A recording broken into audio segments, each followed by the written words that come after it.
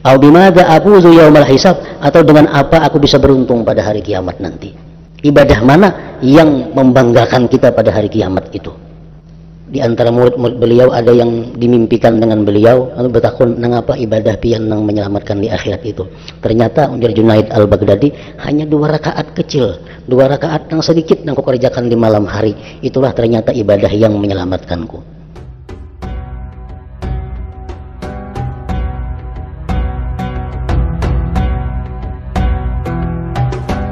Rasulullah bersabda, tetaplah kalian dengan jamaah.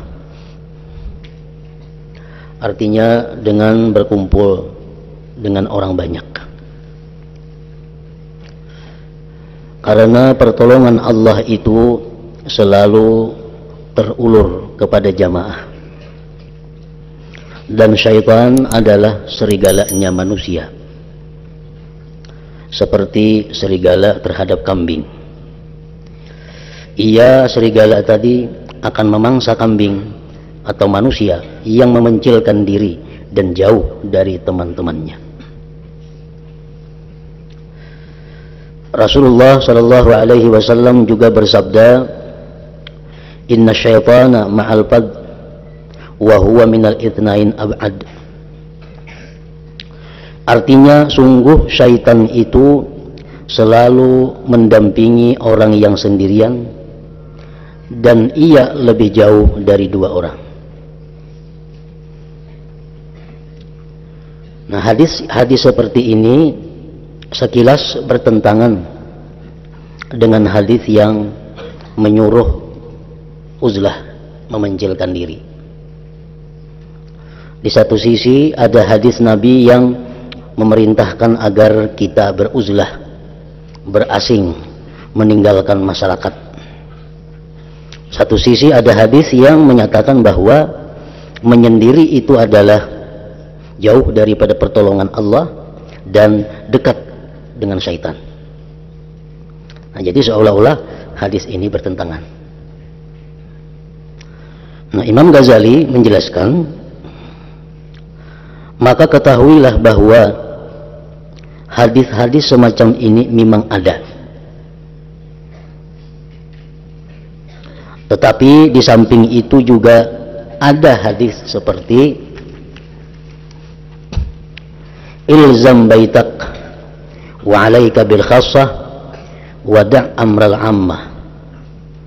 Artinya, tetap tinggallah di rumahmu dan hendaklah engkau semata-mata mengurus dirimu, serta tinggalkanlah urusan umum. Nah, hadis ini memerintahkan uzlah dan memencilkan diri pada zaman yang jelek. Nah, sedangkan hadis yang sebelum ini pahamannya adalah menyuruh kita bergaul dengan masyarakat. Namun tidak mungkin sabda Nabi saling bertentangan. Ada mungkin sabda Nabi itu saling berlawanan. Satu sisi menyuruh uzlah, satu sisi menyuruh bermasyarakat. Bertentangan. Sedangkan sabda Nabi kadang mungkin bertentangan demikian.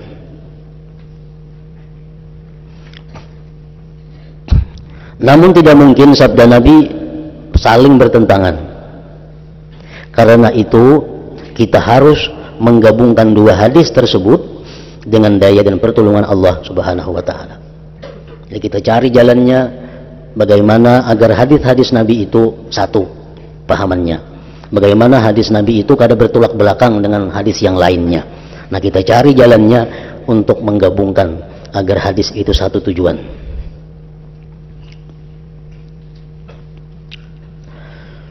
Imam Ghazali berkata, aku berpendapat sabda Rasulullah sallallahu alaihi wasallam, alaikum bil jamaah. Sabda Nabi yang menjelaskan bahwa tetaplah kamu dengan jamaah, tetaplah kamu di tengah-tengah umat, tetaplah kamu di tengah-tengah masyarakat. Nah, hadis Nabi yang itu mengandung 3 kemungkinan. Yang pertama, boleh jadi Rasulullah sallallahu alaihi wasallam memaksudkan menghendaki kumpul, bergabung, bergaul dalam masalah agama dan hukum. Barangkali yang dimaksud Nabi bergaul, berkumpul masyarakat itu dalam masalah hukum, masalah agama.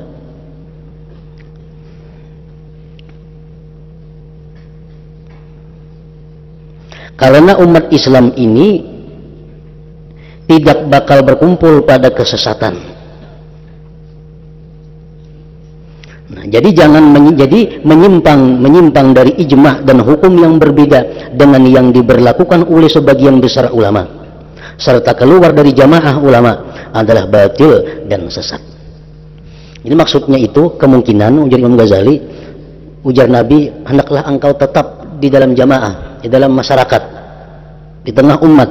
Maksudnya itu kita mencari masalah hukum agama itu hendaknya kita cari pendapat yang terbanyak daripada ulama.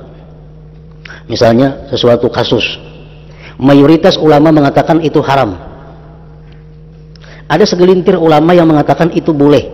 Nah, hendaknya kita umpat kepada pendapat yang mayoritas ulama itu, karena di situ pertolongan Allah yang terbanyak daripada pendapat ulama. Jangan kita umpati pendapat yang hanya segelintir ulama yang mengatakan demikian. Nah, mungkin itu yang dimaksud dengan Nabi, tetaplah kamu pada jamaah. Artinya kemungkinan, ujar Imam Ghazali, dimaksud dengan itu adalah hukum agama.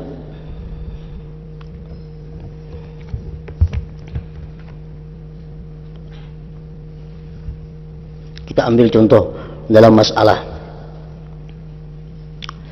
riba, bunga bank. Nah, bank itu kita berbunga. Nah, bunga bank ini mayoritas ulama seluruh dunia mengatakan riba haram,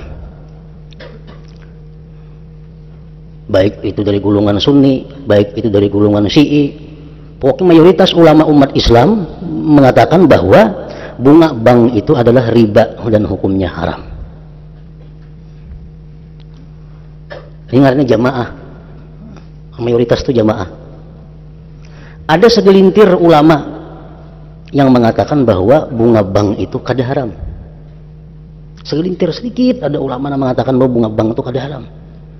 Nah, Rasulullah mengatakan bahwa dalam hal yang demikian itu ikutilah jamaah, kelompok yang mayoritas. Jangan kita umpat kelompok yang segelintir ulama tadi, karena ini didampingi oleh syaitan. Sedangkan kelompok yang terbanyak tadi itu merupakan yadullah, di situ pertolongan Allah. Nah, itu kemungkinan yang dimaksud dengan Nabi, dengan sabda Nabi, jangan tinggalkan masyarakat, jangan tinggalkan jamaah. Itu dalam masalah agama seperti tadi contohnya. Nah, kemungkinannya itu supaya dua hadis itu jangan bertentangan, lalu dipaham dengan demikian. Yang kedua, kemungkinan maksud hadis Nabi yang mengatakan alaikum bil jamaah, tetaplah kamu dengan jamaah, adalah supaya kalian tidak terputus dari jamaah orang banyak di waktu Jumat, jamaah salat dan sebagainya.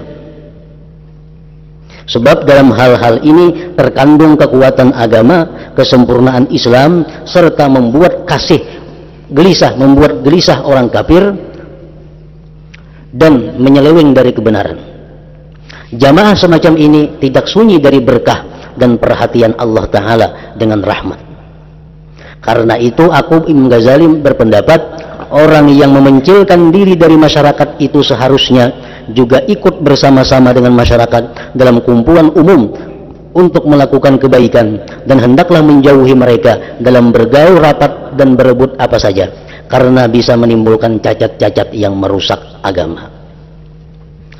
Nah, kemungkinan kedua, maksud Nabi yang mengatakan tetaplah kamu dengan jamaah itu adalah bahwa walaupun kita beruzlah, tapi hendaknya jangan meninggalkan jamaah, sembahyang Jumat, sembahyang berjamaah, menghadiri pengajian agama. Nah, tetap hadir, tetap ikut, walaupun sesudah itu kita uzlah daripada masyarakat. Karena salat Jumat, salat jamaah itu merupakan kekuatan agama, syiar Islam yang membuat gelisah orang-orang yang kafir yang menyeleweng dari kebenaran. Yang ketiga, kemungkinannya boleh jadi sabda Rasulullah itu yang mengatakan tetaplah kamu di masyarakat tadi mengenai zaman selamat, zaman selain zaman fitnah. Hadis Nabi yang mengatakan kamu jangan tinggalkan masyarakat, jangan tinggalkan umat, itu hadis untuk orang-orang yang hidup di masa yang aman, di masa yang selamat dari fitnah. Mengenai zaman selain zaman fitnah bagi orang yang lemah agamanya. Sedangkan orang yang waspada dan kuat dalam masalah agama Allah, apabila menemukan aman fitnah yang telah diperingatkan Rasulullah kepada umat dan memerintahkan mereka uzlah di zaman itu, maka uzlah adalah lebih utama karena bercampur gaul dengan masyarakat bisa menimbulkan kerusakan agama dan mara bahaya. Nah, jadi kemungkinan yang ketiga, hadis Nabi yang menyuruh kita tetap di kampung, di masyarakat itu apabila masyarakatnya masih baik, masyarakatnya masih jauh daripada fitnah, daripada maksiat-maksiat. Tetapi seyogianya bagi orang semacam ini juga jangan sampai tidak ikut datang pada kumpulan-kumpulan Islam dan kebaikan-kebaikan umum. Jika ia ingin memencilkan diri dari masyarakat sama sekali, hendaklah menetap di puncak gunung atau di tengah-tengah padang luas yang jauh dari keramaian, kalau memang ia berpendapat bahwa demikian itu baik bagi agamanya. Nah, jadi hadis Nabi tadi sebenarnya ada bertentangan. Hadis Nabi yang mengatakan tinggalkan masyarakat, jangan urusi lagi mereka, urusilah diri kamu aja, urusi diri kamu seorang, jajar Nabi. Itu hadis memerintahkan kita uzlah. Ada hadis yang mengatakan jangan tinggalkan umat, jangan tinggalkan masyarakat. Nah, itu hadis itu kada bertentangan sesuai dengan keadaannya masing-masing. Hadis yang menyuruh kita uzlah kalau zaman sudah kada diatur, umat sudah kada kembali kepada agama, umat sudah jauh daripada agama, itu masa kita disuruh uzlah. Adapun kita disuruh jangan meninggalkan jamaah, itu kalau masyarakatnya masih baik, masyarakatnya masih memerlukan agama, masih peduli dengan hukum-hukum Allah. Nah, saat itu jangan kita meninggalkan, kita mesti tetap dengan jamaah. Pendapatku, Imam Ghazali mengatakan mengenai orang semacam ini, dimanapun ia berada pasti diberi kemungkinan oleh Allah Azza wa Jalla untuk menghadiri jamaah-jamaah salat, Jumatan, dan semua kumpulan Islam. Jadi sebaiknya ia mendatangi kumpulan itu supaya tidak kehilangan bagian dari Allah terhadap kumpulan itu. Sebab jamaah-jamaah muslimin itu mempunyai kedudukan tersendiri di sisi Allah Ta'ala, meskipun para muslimin itu telah berubah dan rusak agamanya. Nah, artinya walaupun orang muslim itu sudah rusak agamanya, jauh daripada agamanya, tetapi kita masih dituntut untuk ikut sembahyang Jumat, sembahyang berjamaah, dan kumpulan-kumpulan kebaikan. Kecuali kita hidup di tengah-tengah hutan belantara, nah itu sudah kada dituntut lagi. Kalau kita masih hidup di kampung, masih hidup di masyarakat, walaupun umat sudah rusak, tetap kita masih dituntut untuk menghadiri Jumat, menghadiri jamaah, dan seumpamanya. Demikian yang aku dengar dari keadaan para wali abdal. Demikian yang aku dengar dari Imam Ghazali dari keadaan para wali abdal. Mereka wali abdal itu hadir pada kumpulan-kumpulan Islam di mana saja. Kalau kita berkumpul jam ini, nah, ini ada hadir wali abdal. Nah, kita hadir bergabung dengan mereka itu, kita dapat berkahnya, kita dapat doanya. Kalau kita menyendiri di rumah bedana, nah kita ada dapat berkahnya kehadiran wali-wali abdal itu. Mereka wali abdal tadi hadir pada kumpulan-kumpulan Islam di mana saja. Sembahyang berjamaah, Jumatan, pengajian, sifatnya Islam, di situ ada hadir wali abdal. Mereka berjalan kemana saja sekehendak mereka. Orang wali abdal itu berjalan kemana saja khawa. Dan bumi ini bagi mereka hanyalah selangkah. Ini hendak ke Makkah, titik sampai di Makkah, hendak kemana sampai di situ. Nah, jadi orang wali-wali abdal itu dimanapun ada kumpulan-kumpulan kebaikan, mereka hadir. Dan kehadiran mereka dalam kumpulan itu membawa kebaikan kepada manusia-manusia lainnya. Di dalam hadis-hadis disebutkan bahwa bumi itu dapat terlipat bagi mereka. Wali abdal tadi, mereka saling memberi penghormatan, mereka dikaruniai bermacam kebajikan dan kemuliaan. Sungguh mereka adalah orang-orang yang beruntung. Nah, jadi kalau kita menyendiri di rumah, kada hadir Jumat, kada hadir jamaah, kada hadir ke pengajian, kumpulan-kumpulan orang baik, nah kita kehilangan berkah bergabung dengan wali-wali abdal tadi. Mudah-mudahan Allah berkenan membaguskan kesabaran orang yang lalai dari memandang keselamatan dirinya. Mudah-mudahan Allah berkenan menolong orang yang belum bisa mencapai maksud seperti kita ini. Sungguh aku merasa sangat sesuai dengan bunyi bait-bait syair berikut. Zafarat talibun wattasalal waslu wa fazal ahbabu bil ahbabi wa baqina mudhabdhabina hayara baina haddil wisali wal ijtinabi nartajil qurba bil ibadi wa hadha nafsu halil muhali lil albabi. Pasqina minka syarbatan tudhibul ghamma wa tahdi ila tariqis sawabi ya tabibas siqami ya murhimal jurhi wa ya munkidhi minal awsabi lastu adri bima udawi siqami au bimadha afuzu yaumal hisabi. Artinya, para orang yang mencari-cari maksudnya, orang-orang yang menuntut telah berhasil menemukan apa yang dicari, dan orang-orang yang mencintai telah dapat meraih apa yang dicintainya. Dan tetaplah aku mundar-mandir dengan bingung antara batas wusul sampai kepada Allah dan jauh darinya. Artinya, aku tetap mundar-mandir, aku tetap bingung antara sampai kepada Allah dan jauh darinya. Kadang-kadang artinya aku ini masih taat kepada Allah, tapi di waktu yang lain aku masih maksiat kepada Allah. Tidak seperti mereka-mereka yang selalu istiqamah, yang selalu muwazabah dalam taat kepada Allah. Sedangkan aku masih mundar-mandir, hari ini taat kepada Allah, esok kada taat kepada Allah. Jam ini aku berbuat ibadah, jam berikutnya aku berbuat maksiat. Aku ingin dekat kepada Allah. Aku ingin dekat kepada Allah dengan perantaraan perkara yang menjauhkan diriku darinya. Inilah suatu keadaan yang mustahil menurut orang yang berakal. Aku ingin dekat kepada Allah, tapi aku masih melakukan hal-hal yang membuat jauh dari Allah. Aku ingin dicintai Allah, tapi diriku masih suka memperbuat hal-hal yang membuat benci Allah Ta'ala. Nah, itu keadaan yang mustahil. Aku ingin dekat kepada Allah dengan perantaraan perkara yang menjauhkan diriku darinya. Hendak dikasihi Tuhan, tapi kelakuan masih kelakuan yang dibenci Allah. Inilah suatu keadaan yang mustahil menurut orang yang berakal. Ya Allah, semoga berkenanlah Engkau memberikan minuman seteguk yang bisa menghilangkan kesusahan dan menunjuki jalan yang benar.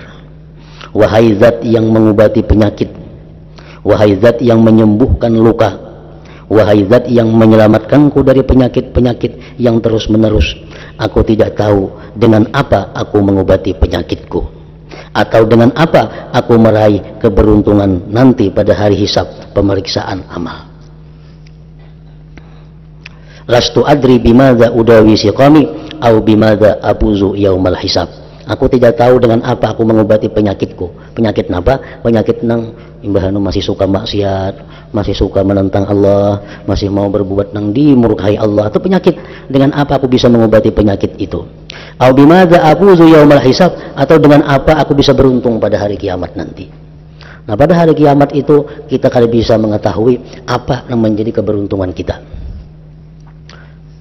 Dari sekian banyak ibadah yang kita lakukan, kita kali tahu ibadah mana yang membanggakan kita pada hari kiamat itu.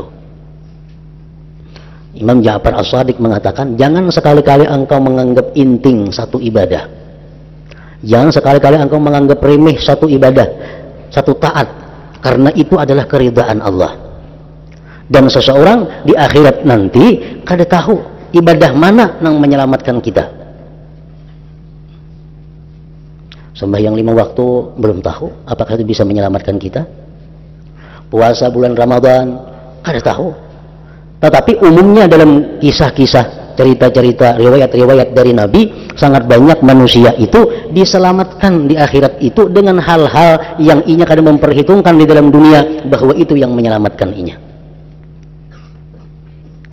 Oh, sekali di akhirat ibadah ini yang menyelamatkan kita. Padahal dalam dunia ibadah itu kada kita perhitungkan. Kita menyangka kita membaca Quran itu yang menyelamatkan kita. Kita menyangka kita memberi salawat itu yang menyelamatkan kita.